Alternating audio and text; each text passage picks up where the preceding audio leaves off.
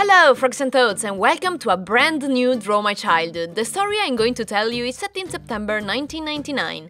It is quite odd for me to think that, when the story is taking place, many of you watching this video may have not been born yet.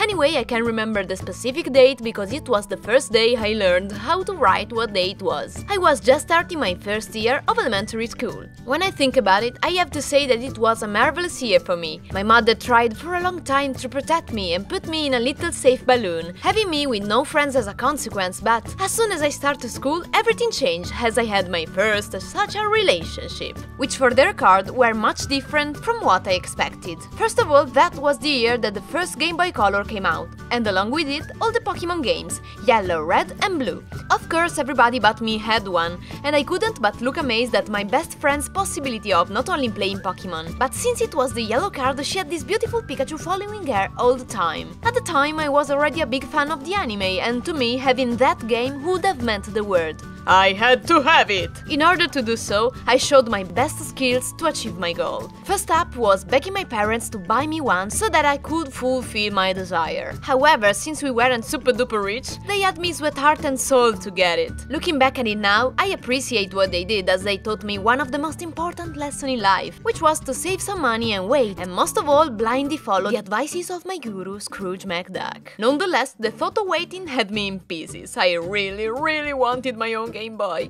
and my yearning led me to do things that didn't particularly show my brightness, but now I consider them as funny. For instance, I tried to build my own Game Boy with the help of an old paper box, which at the time was way bigger than my little tiny hands. There was another occasion, pretty much a terrible inconvenience. I was playing at a friend's house and we were playing with his Game Boy. I can't remember exactly what game we were playing, but I believe it was some kind of arcade game, the one in which you have a set amount of lives, and of course with this kind of game there was the rule one life each. And of course, as everybody's turns and on a pitiful game over, we all react with a typical "but you have it all the time!" As a plus, I could also play the runner card. Though I was very little, I was also pretty damn fast. After a couple of minutes of us running around, my incredibly smart friend had the brightest idea. Instead of get me once he was in range, he decided to push me with great strength.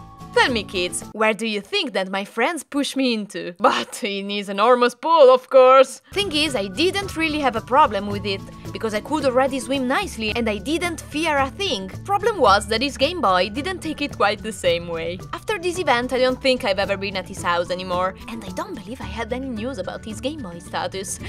Anyway, flashing forward a couple of months later, it was my birthday, December 3rd, 1999. I had this day marked on the calendar, as it was the day I finally had my initiation to the Pokemon world. My parents finally gave me what I was craving for months now, and I couldn't love it more. Though the Game Boy was of an incredibly horrible shade of pink, and the fact that the card they bought me was the red one instead of the yellow one, so I had to give up my beloved Pikachu and this companionship, I couldn't care less. I started playing for hours every day. It became my obsession, the thing I cared more in my entire life. Pikachu got replaced by a Charmander that I chose every time. Now you may be wondering why I had to specify every time here. You see, I have to make a confession. A few months later, wandering in the option menu, I found out something that drastically changed my approach on any Pokemon game and the way of playing it. I discovered that you can save the game. I hope you haven't changed your opinion about me. I wasn't a stupid kid, but I was just very little and I hadn't had an experience with a game that was longer than, I don't know, Prince of Persia or such yet. Anyway, leave a like if you enjoyed the video and this silly story, and don't forget to let me know in the comment section below what your first approach to video game was, if you had one, of course. Send you a hug and a tender flick. Bye!